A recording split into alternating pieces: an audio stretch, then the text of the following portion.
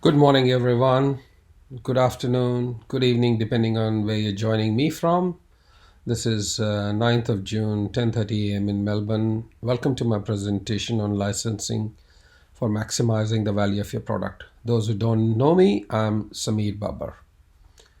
Once you create an excellent product or service, you can appropriate value for customers or by resellers by providing them with something of value so that they can use or on sell. They do not own what you have on offer, but they can benefit from it. While you can create leverage by adding customers and appointing many others who can sell for you. To increase revenue or profit, you can continue to do more of what you're doing. You can hire more people to work for you. You may invest in the infrastructure yourself or have others who want to benefit invest in the infrastructure for you in exchange of a smaller proportion of reward. You give permission to someone to use your product or service or on sell with your permission under a set of constraints or conditions. However, you need to remember that exceptional product or service is vital to initiate the licensing. It is about money, but it's not about the money. They make money, but they also help you promote your brand while contributing to your revenue. Having a license mechanism helps you make money, but it also helps you create an awareness in the market via those who have taken the license of your product or service, which may in turn create a virtuous cycle of stronger positioning in the market and increased revenues.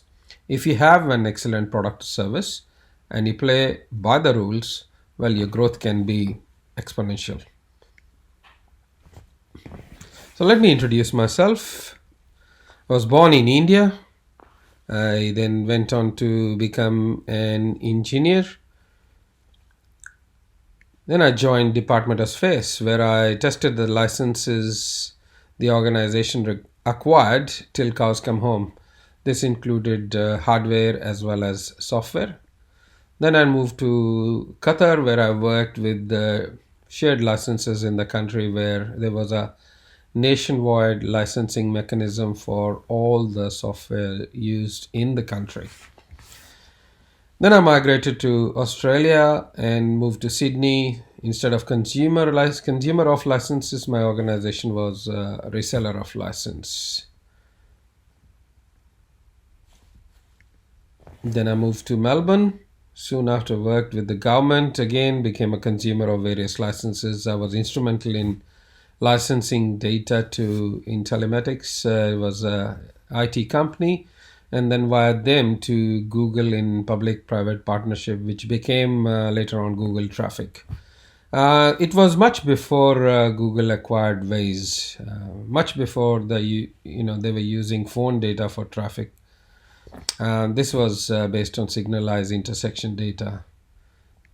Then um, I was I moved on to Rolta Asia Pacific, where I was kind of part of the team as a vendor of licenses in defense, security, GIS, gaming solution, and engineering design space. Then I was also instrumental in negotiating a license deal with a Canadian firm to resell a single piece of software. It was about $10 million. So it was a very interesting experience.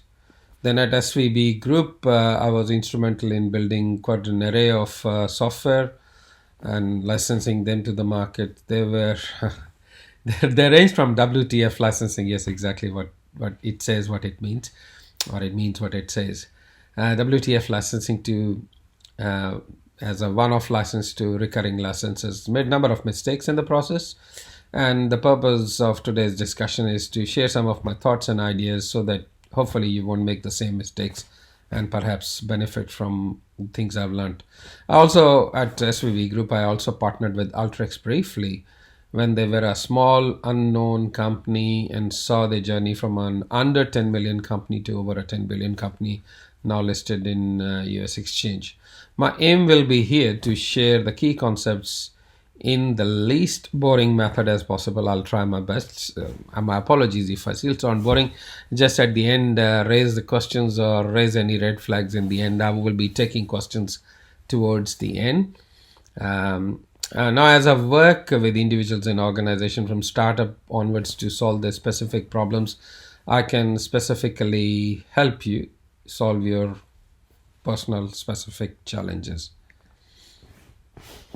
Now, depending on what your end game look like, you can take various steps to get there in terms of growth. Either you can do nothing, and if doing nothing is your end game, then you're definitely in the wrong place. As I want you to be successful, the next one is hit and trial. You can leave it a chance, but trust me, it's a long road. Follow success strategies. You can follow industry best practices and learn from anecdotal experience. And you can team up with the other successful ones who've already done it. So it'll take you to a level, and then it'll plateau it out, because you have reached a particular level of achievement where your collective in energies and knowledge of the group is limited to. Then when you partner with the ones that you already have done it, and you have create a learning environment, then you can take it to obviously next plateau. And this will obviously a journey which will limit yourself, but what really will give you growth is once you team up with successful ones and then pivot, learn and repeat. So in addition to partnering, you can actually leverage, and you can create more success in selling your product or services. And that is where the gold is. Now, today's discussion will cover 5 steps or stages. The one will be foundation. Second one is covering on what to license. Third one will cover the journey. Fourth, on strategies. And the fifth step or stage is mitigating risk. So let's get straight into it. Stage 1, the foundation.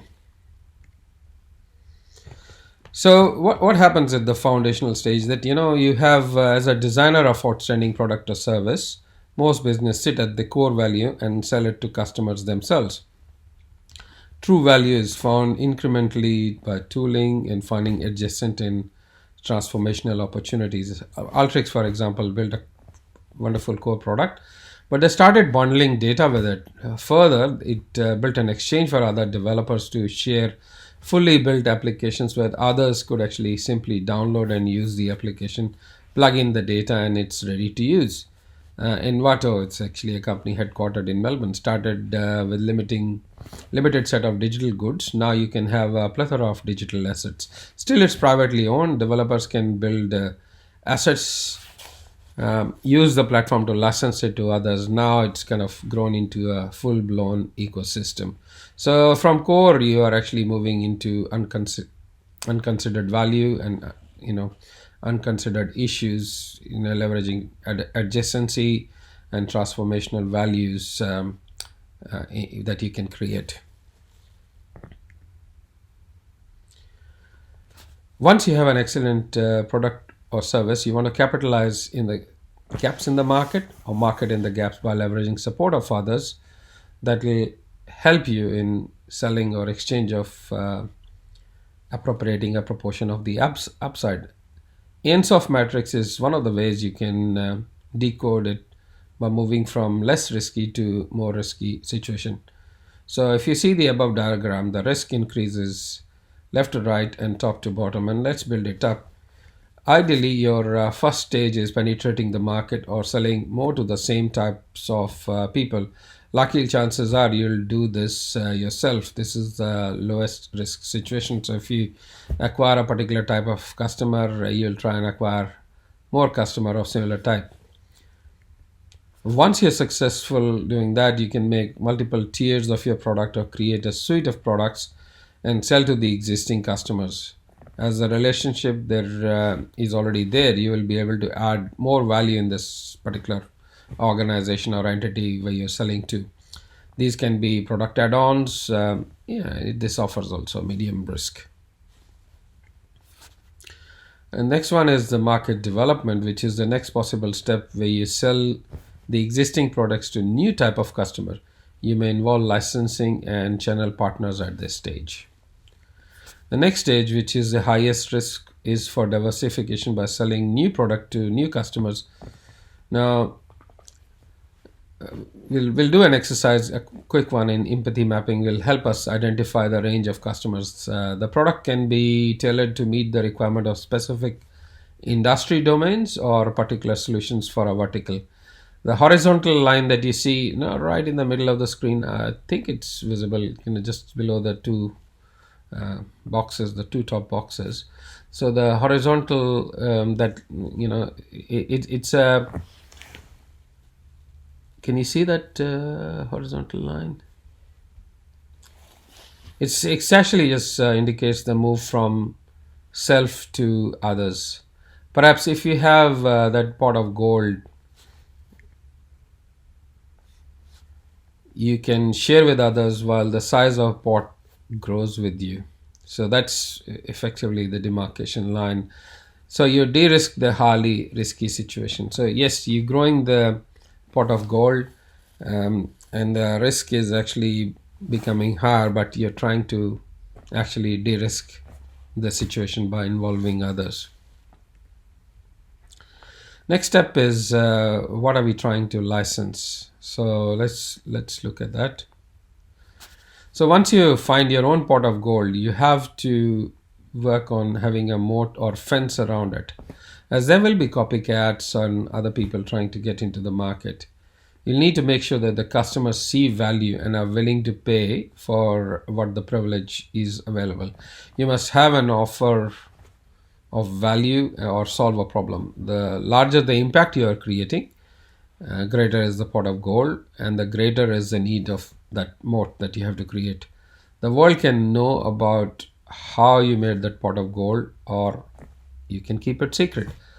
So there's pros and cons about it, and I'll talk about patents versus keeping the information confidential a bit later in my discussion with you. What you'll encounter is customers love what they see inside the moat, and they'll be willing to pay for it, or others want it as it has got some value. Some will be willing to work for it. These could be your channel partners who will be able to introduce you to a different type of customer in a new industry domain, or actually a geographically different market. Sometimes you can have multiple moats. Just to give you an example, the scenery gets better as you drive in, but at each gate you'll need to pay. It is a case of utilization and creating exclusivity at every level. I think if you are interested in this topic, Robert Cialdini has got a book on this topic, and it's a very interesting read. The impact can be created by free stuff as well. For example, in case of Google, we look at eyeballs. You can drive along a scenic highway and keep looking outside. But to step outside and take a picture, you'll have to stop at a car park and pay for your car parking. And that is kind of your moat. This is an empathy map. Look, I have a bias towards software as a product which are replicable. This can be, though, applied into other areas, but as you're seeing my presentation, you'll see that bias show up time to time. It's an easy way to, empathy map is an easy way to segment the existing customers just based on high or low paying ones. Sometimes you can actually miss the opportunity. Many a times we do high, medium, low paying customers, but I think that doesn't paint the full picture. So empathy map is a dynamic map, and you and your customer both go on a journey together. Their pain points and their gain, they shift during the journey. To understand your customers better and to arrive at pain and gain, you need to understand how they think, how they feel, how they hear, how they see, or what they see, what they say, and what they do. So just to see that Apple quickly turned its platform into a platform where others could build and sell apps into. And this pivot helped them reach 54.6 billion of revenue in 2019. That is the power of understanding the customer. Hence Henry Ford once said if he had asked the customer what they wanted, they would have just said faster horses. So it's not a matter of asking questions, but understanding what the customers want. Empathy is a good way to achieve it. And in very simple terms, you're actually stepping into your customer's shoes. So, empathy map can also help you in segmenting the customers. To approach the customers first, you leverage the empathy map to segment customers. Then the next is to target them using technology. You can target the category of one, but that is when you move to mass customization. Targeting based on your product and service will be sufficient. Then you can position yourself in regards to the market, whether you are low cost, high cost, differentiated player. I'll touch upon that a bit later. You can approach the customer by leveraging the 4 P's of product, price, placement, and promotion. Now, this is just an example of Carto as how the 3 price points, free, individual, and negotiated ones, to reach out to different segments of the market. And HubSpot, which is different from the Carto example, it offers free tools for customers to use them, and then offers them with more solutions from the website. So you can, you can start with free, and or effectively you're making money from free onwards. I'll talk about free a bit later. The next step, I'll talk about the journey. And this is moving to the next stage, and we'll talk about your journey versus your customer's journey. Different companies will have a different version of this path, and this by no means ideal. However, this gives you an idea on some of the aspects you plan and should consider. You should treat it like a game and not necessarily a prescription. Mix it up a little bit. Nothing in this presentation is prescriptive, so please feel free to take the ideas and use it to your discretion. The first is awareness. Creation of awareness is the most important thing. And many businesses I've spoken to, they always turn around and say that, look, we've got a wonderful product, but nobody knows about us. So creating awareness is the number one challenge. Awareness created, you can think about Steve Jobs when he demoed the iPhone 1 to the audience. They felt as if their prayers were answered. He absolutely wowed them. The next one is show and tell, and give them an understanding that there is more to it. This is free, but there's more to it. There is a betterer version of the product. And this is where some tricks are deployed. Free to use may not be free. They may be helping you to get used to the product, create word of mouth. Just like giving, I don't like this example, but it's like giving drugs for free, getting them used to it. Training, if leverage works like magic, it's an opportunity to build a relationship with the client over days, weeks, months, engagement, connecting, and solving a problem. Support and maintenance can have multiple levels. I'll talk about it a bit further. Consulting or problem-solving engagement is what reinforces the value of your product to the customer. Renewal is where recurring fees charged. Investors love this model actually.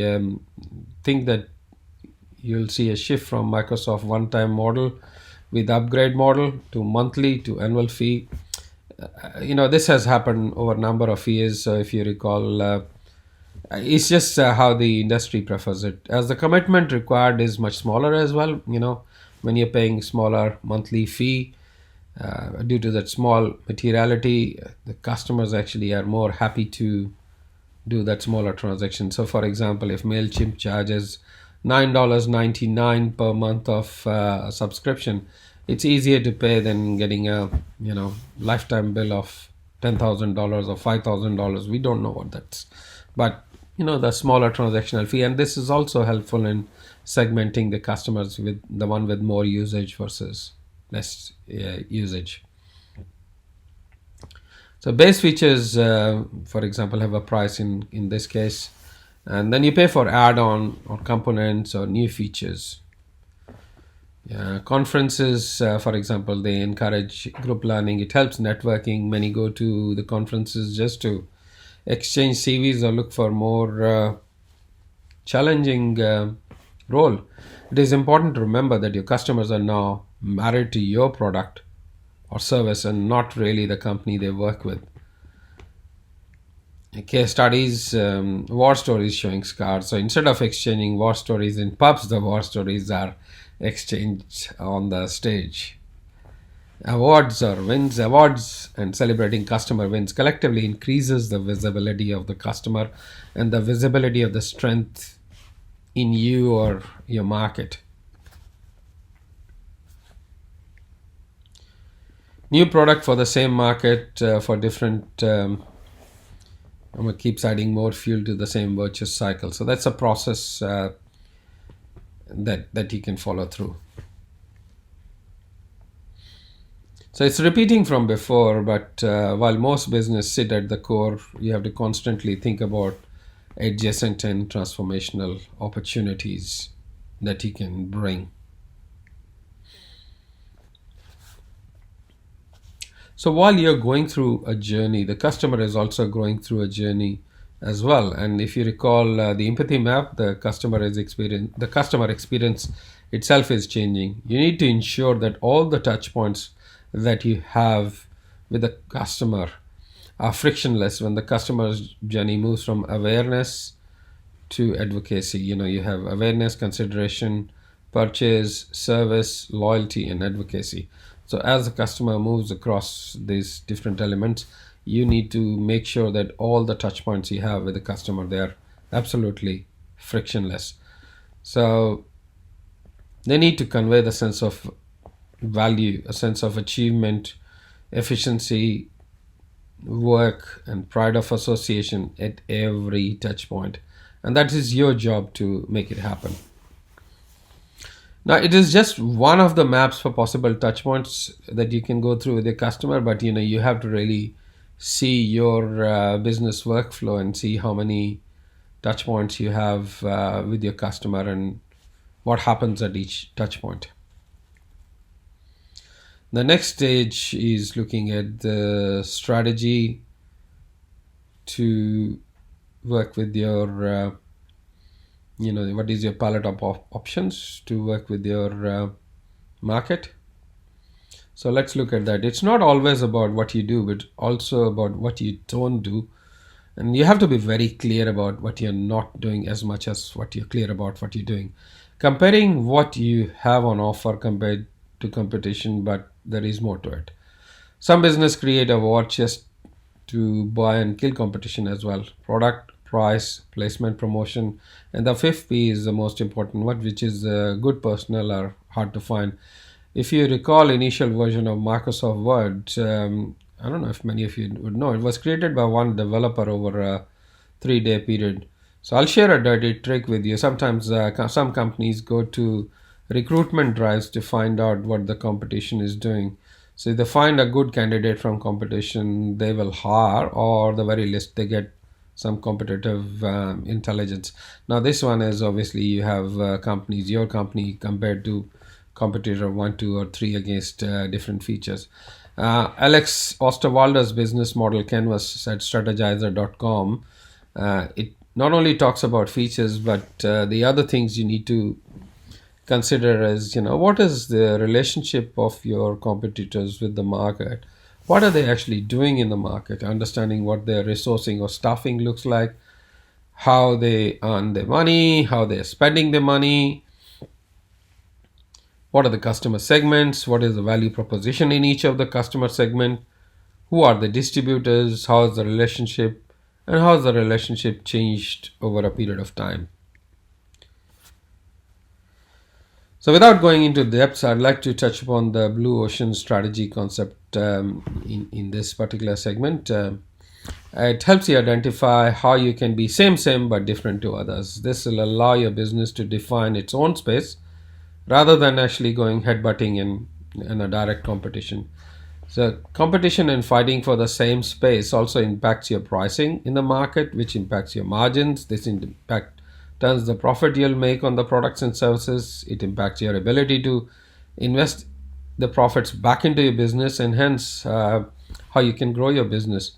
Now you can read up on blue ocean strategy. There are a number of books on this topic. This was written by Kim and Mobonia. So if you Google blue ocean strategy, you'll find a number of good references on the topic.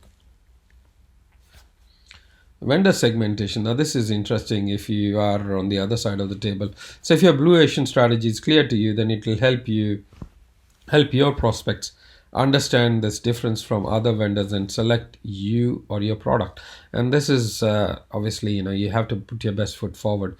Sometimes the products are benchmarked by independent agencies like Gartner, Dun and Bradstreet. In my experience, organizations that build good relationship with these independent certification and benchmarking organization, they get to preempt where they should invest their time, money and resources to stand out from the crowd. I've used this type of vendor segmentation map like above. When I was with the government, in addition to tick marks, we used to score them as well. The collective score reflected the strength of the company against the particular prerequisite that's been set. So you need to pretty much own the space where you're playing, become exemplary. And I'm sure you have come across the term Las Vegas effect. And if you haven't, I'll share this with you. It's like there's, you go to Las Vegas, there's kind of the different machines, and you can play from $1 onwards, and sky is the limit. There's something for everyone. Not everything is there for everyone. Now, Canva is a perfect example. You go to Canva website, there is something for everyone, but it's not kind of an everything for everyone product.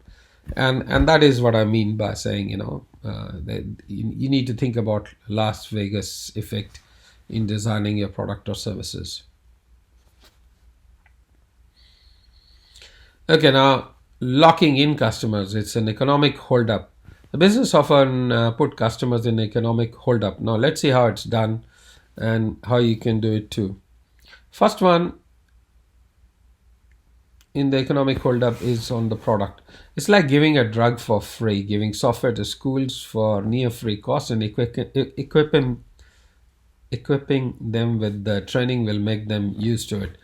They may not be aware of any other product or solution but yours. So kind of catch them young strategy. If possible, it should be part of your go-to-market strategy.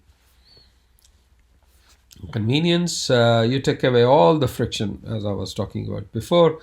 Amazon introduced one-click buy. To purchase, your purchase process should be as frictionless as possible.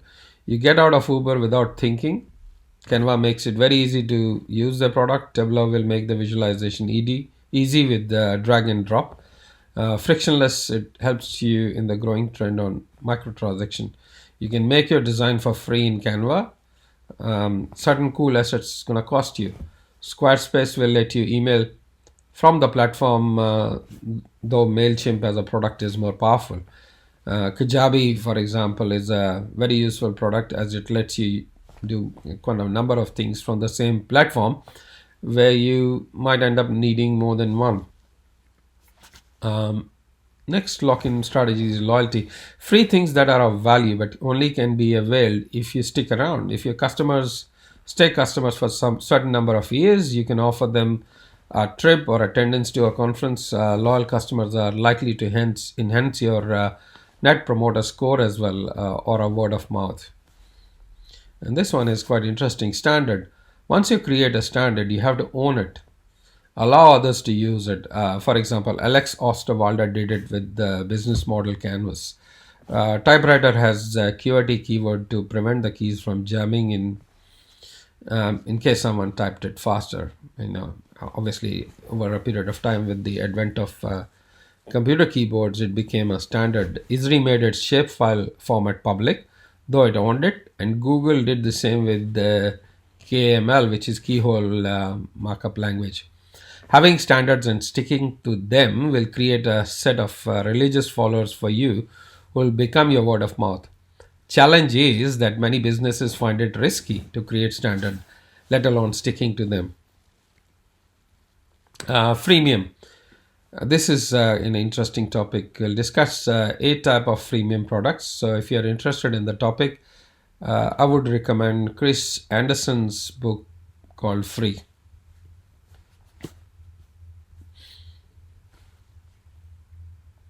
So first one is limited product. It's free forever, and it has a gap between free and premium customers. It's called a penny gap. An example can be iCloud and Evernote. It's a two perfect example. Sign and size. Customers in the organization sign, and then you expand in the organization. Slack is a good example. Unlimited free trial. You upgrade when you need it. BB Edit is a text editor. It's an ideal example for that. Freeware or low cost product with add-on to pay an incremental price. I saw a slide model. You kind of paid, you sign up with the product and you pay, I think it's about $100 a year. You pay for 13,000 3D slides get included as well. Foot in the door to upsell as well as cross sell. Signing up for events, organization give their time and demo solution for free during the COVID period, for example.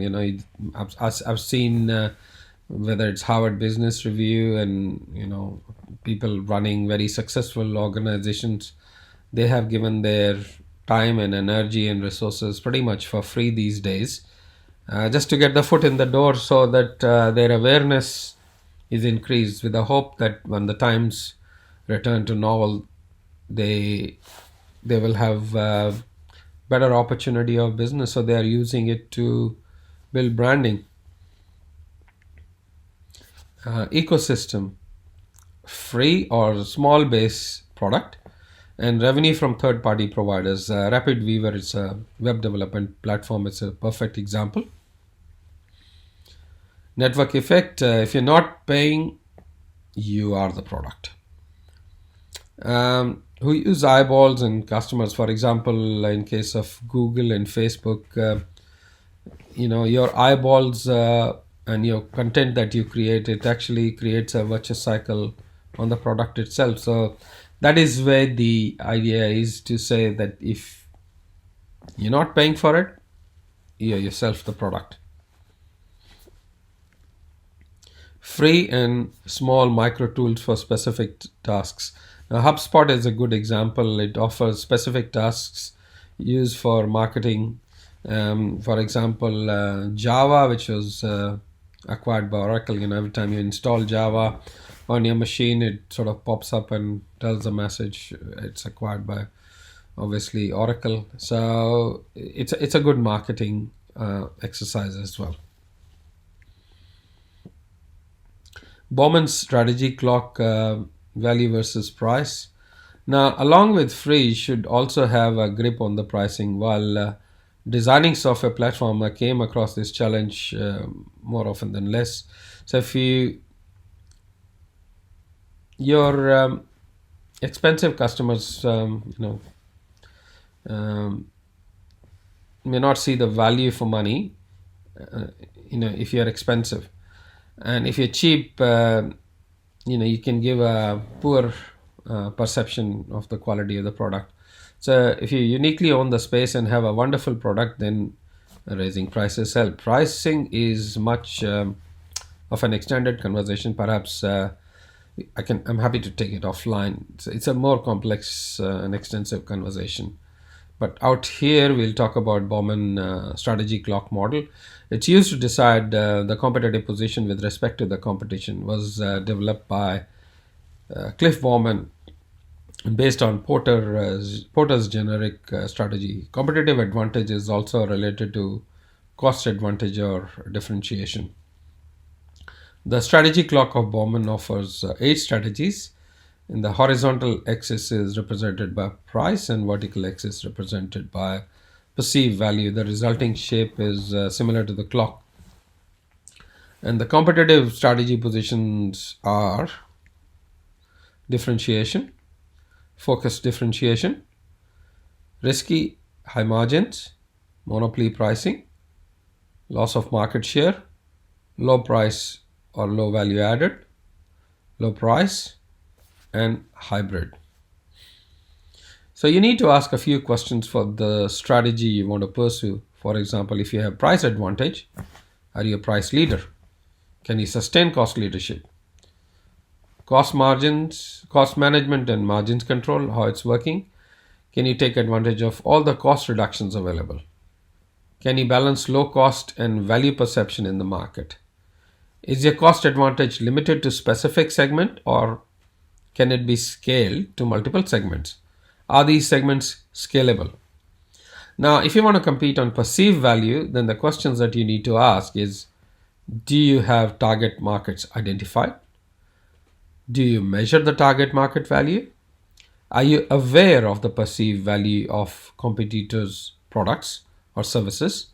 Are there areas of differentiation that you can capitalize as competitive advantage against the others? If actual competitive advantage is replicated by competition, do you have any other differentiating factors? Once you have addressed these questions, the strategy position becomes a bit clearer and easier to address. Co-creation on finding value. When you are involved in creation of product or setting a price, it is your sole responsibility to create value. Now that's number one thing we've spoken about. However, working with customers, you can help find new ways of creating value. First, you reduce the cost of innovation as customers invest their time with you and provide you with resources and ideas. And to be honest, I have not come across a single customer charging for their time to work with a vendor. Vendors have thrown a flight trip or attendance for the conference, but I haven't seen customers charging for their time. You'll get the real war stories and the customer use cases to leverage off. There are different types of co-creation, and it's a massive topic. Leave it for another discussion, but I'm just touching upon it. I'm kind of scratching the surface. So some example of co-creation are Apple built a development platform and get customers to build apps. It charge for the development environment, commissions on the sale of what customers created, monetized using advertisements, showcase the customer taken pictures and application. So it's kind of an old school way of saying, I'll provide you with a location in Ether. You do the work and let's make money together. Fifth step is mitigating risk and avoiding problems. And I see that's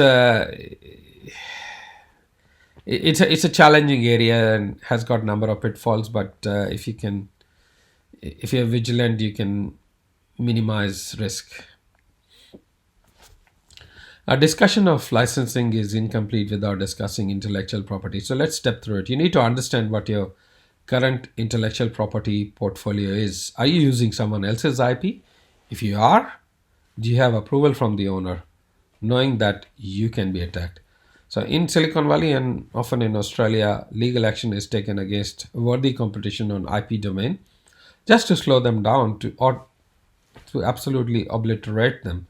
So instead of focusing on marketing and promotion, companies have to actually end up spending energy into legal costs and fees and battling the court cases. So the four options here you've got with in terms of dealing with the IP is using formal methods of IP protection when you have possibility of low revenue. It's kind of waste of time. Formal methods when you have a possibility of high revenue, an expensive exercise. Informal methods when you have low revenue, is pathway to, you've got a low revenue, but you're on pathway to success. Informal methods when you have high revenue, and it can give you stellar success, but you can keep it secret. So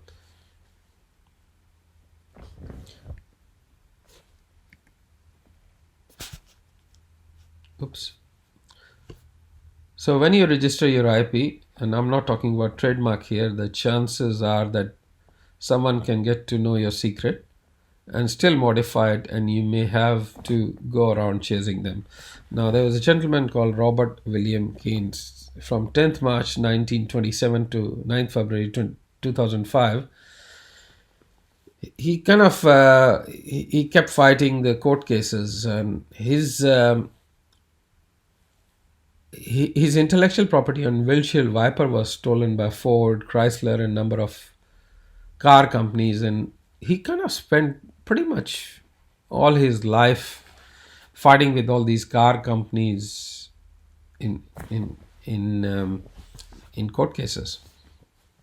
So I don't know whether the strategy was right or wrong, but I'm sure it would have been stressful. Jurisdiction. When you work with your legal team, you need to keep in mind following few dimensions. Note that it's not an exhaustive list, but a starting point. When I was negotiating 10 million election license deal with a Canadian firm, we had a number of areas in addition to the one that's shown up. However, they'll give you a flavor. Jurisdiction, where you're going to do business. Some companies have different price of the same license in different countries.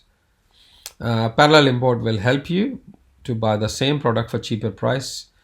You may not allow that, but you can allow that and perhaps charge for local support. Different market segment have different conditions imposed. You know that someone working for the government cannot use your software to consult outside. However, someone working in a private entity can be, you can put some more restrictive conditions on the license. Qualify, qualify, qualify, qualify. There's nothing worse than a bad client. I recall one of my clients kept insisting a high-end database for which an Excel sheet would have been more than sufficient. He was willing to spend money. I had to defer the business till kind of it took him to a journey to a point where the software became relevant for him. And sometimes it's good to make a sale, but you always have to remember that there's a full cycle that causes synergy, and you don't want an unhappy customer. You move them to a full-blown product, they won't be able to get the value out of it, and then they'll continue to complain that this doesn't work, that doesn't work. You don't want a complaining customers, sharing their whinge with other customers. Definitely not.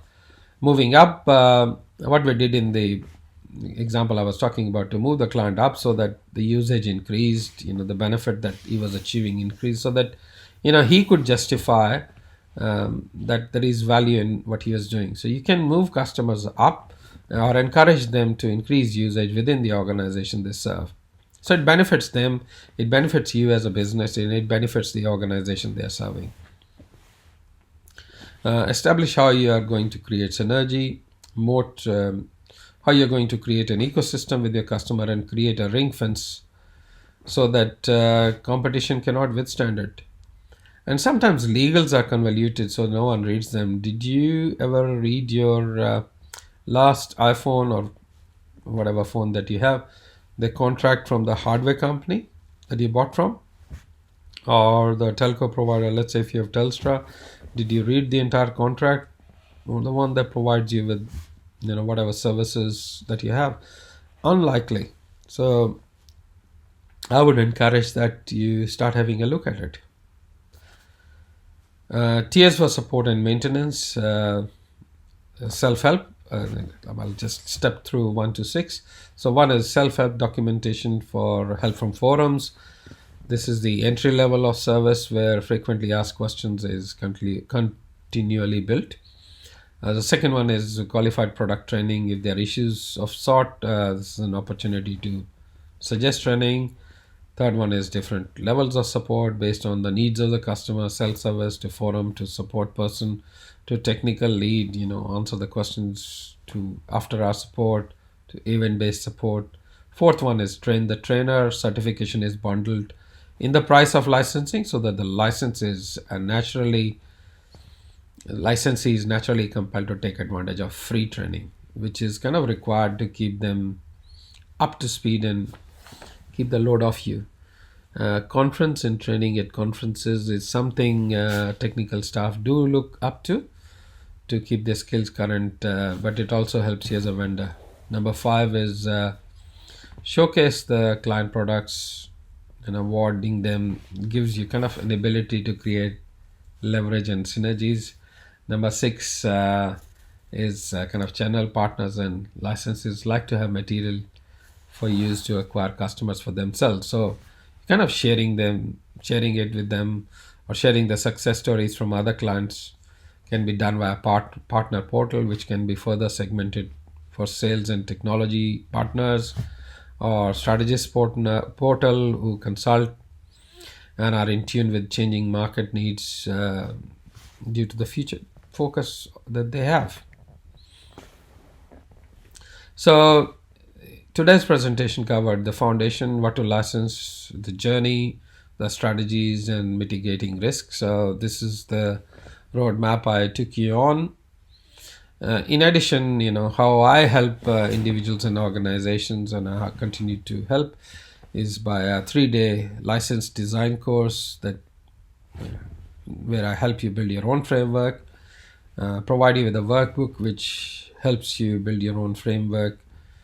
I also help with the 3 months mentoring program where I work with you to design your framework. There's a fine line between the top 2 points and the bottom 1 point. That fine line actually depicts that above the line you do the work, I provide you with inputs. Below the line, I actually work with you to some extent to get you to the outcome you want to achieve. Thank you very much for joining me. If you have any questions or comments, please reach out to me. My email is displayed above, sbabar@samirbaba.com. My mobile is 61419482269. Thank you very much, and you have a wonderful day. Bye.